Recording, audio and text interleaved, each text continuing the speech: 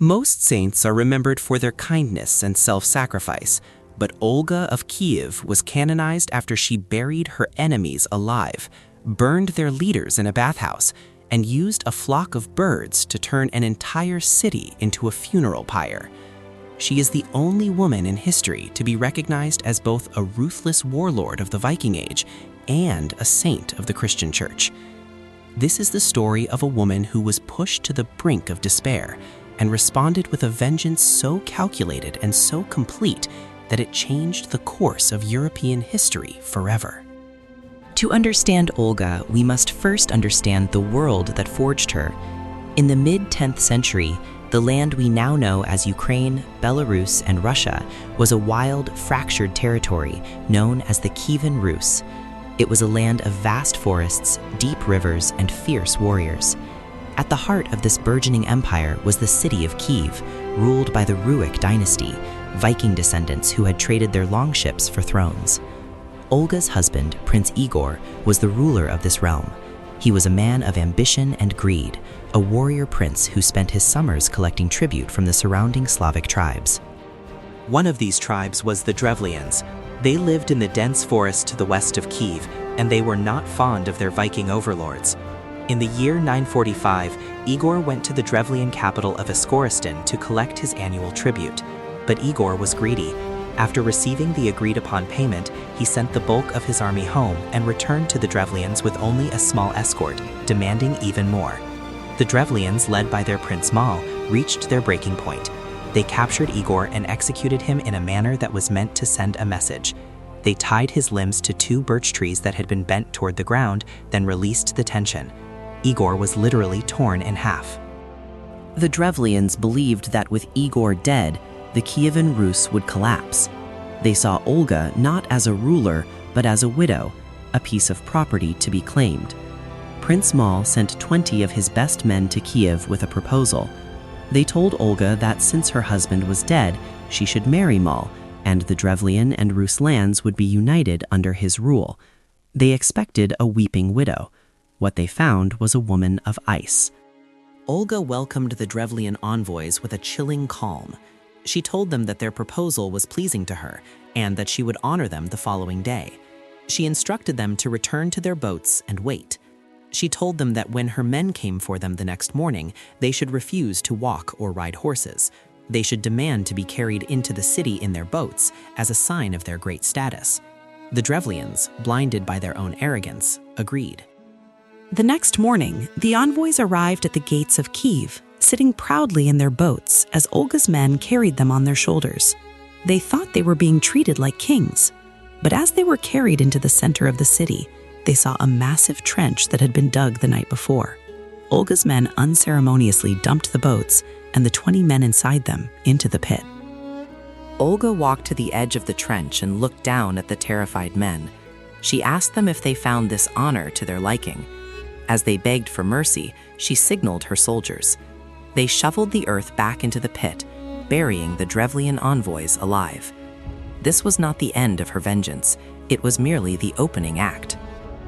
Olga knew that if she stopped there, the Drevlians would rise up in full revolt. She needed to decapitate their leadership. She sent a messenger back to Prince Mal, acting as if the first 20 men were still being honored. She told Mal that if he truly wanted her hand in marriage, he must send his most distinguished men, the governors and lords of his land, to escort her to Iskoristan with proper dignity. Mal, believing his plan was working, sent the elite of Drevlian society to Kyiv. When they arrived, Olga offered them the hospitality of a bathhouse to wash away the grime of their journey before she met with her. Once the Drevlian nobles were inside, Olga's men locked the doors from the outside. They piled wood against the walls and set the building ablaze. Every single one of the Drevlian elite perished in the flames. With the Drevlian leadership gutted, Olga prepared for her third move. She sent word to the Drevlians that she was finally coming to them to marry their prince. But first, she wished to hold a funeral feast, a tryza, at the spot where her husband had been killed. She told them to prepare vast quantities of mead. The Drevlians, remarkably still unaware of their 2 previous delegations, prepared the feast. Olga arrived with a small group of followers. As the Drevlians drank themselves into a stupor, celebrating the union of their prince and the widow of their enemy, Olga's men remained sober.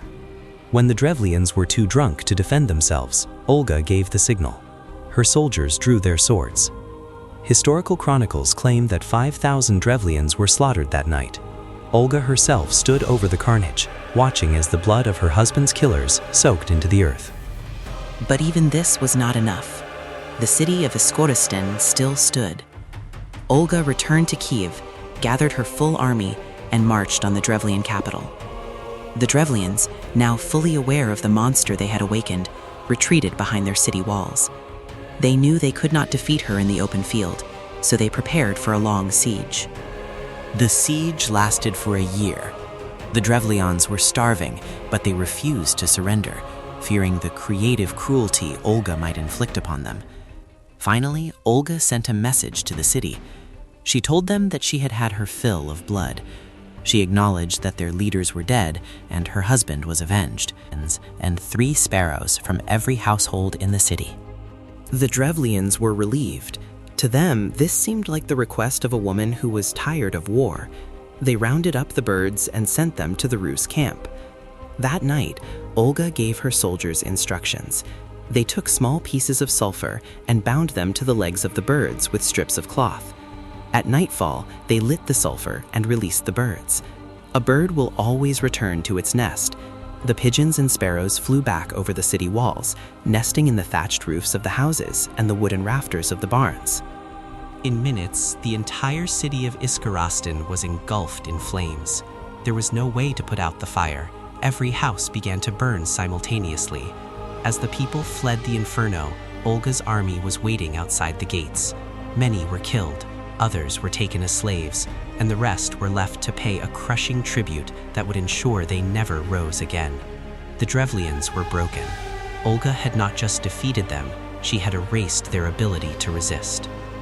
With her enemies destroyed, Olga faced a new challenge, ruling a fractured empire as a woman in a man's world.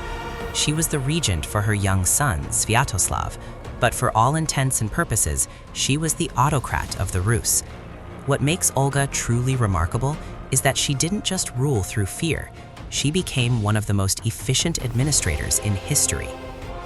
She realized that the cause of her husband's death was a flawed system of tax collection.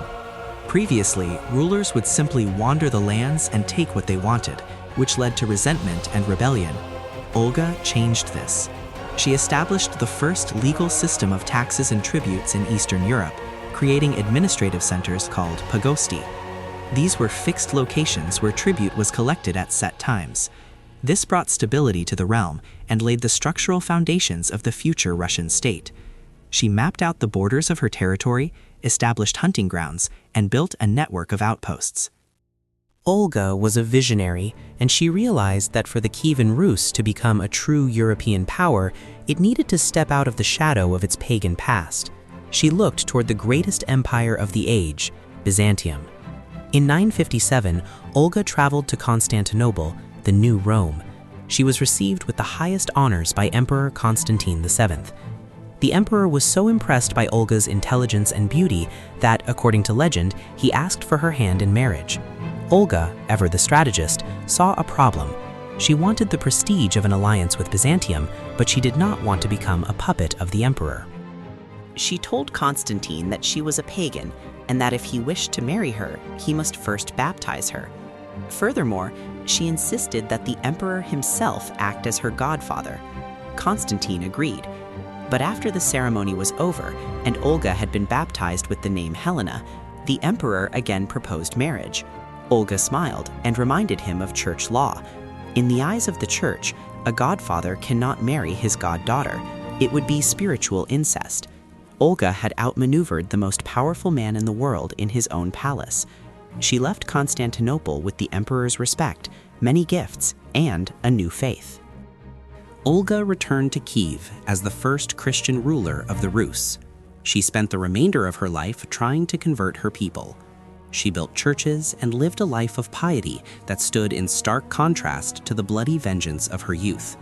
However, she failed to convert the one person who mattered most, her son, Sviatoslav. Sviatoslav was a warrior in the old Viking mold.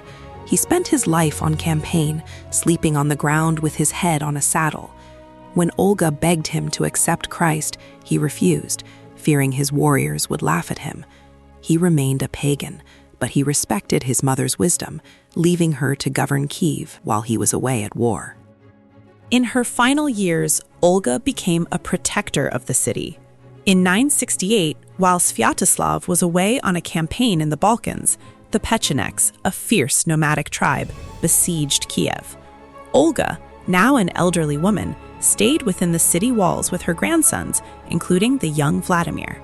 She coordinated the defense and held the city until reinforcements could arrive. Olga died in 969. On her deathbed, she requested that there be no pagan funeral feast, no tryza like the one she had used to slaughter the Drevlians. She wanted a simple Christian burial. At the time of her death, it seemed her religious mission had failed. Her son remained a pagan, and the Rus continued to worship Perun, the god of thunder. But Olga had planted a seed. Her grandson, Vladimir the Great, would eventually look at the legacy of his grandmother, strength, her administrative genius, and her faith. In 988, Vladimir would officially convert the entire Kievan Rus to Christianity.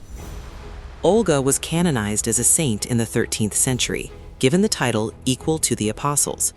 She remains a paradoxical figure, a saint whose hands were stained with the blood of thousands, a mother who founded a state through fire and gold, and a woman who proved that in the brutal world of the 10th century, a queen could be more terrifying and more effective than any king. Her legacy is not just one of vengeance, but of survival and transformation. She took a collection of warring tribes and turned them into a nation. She took a pagan wilderness and pointed it toward a new cultural horizon.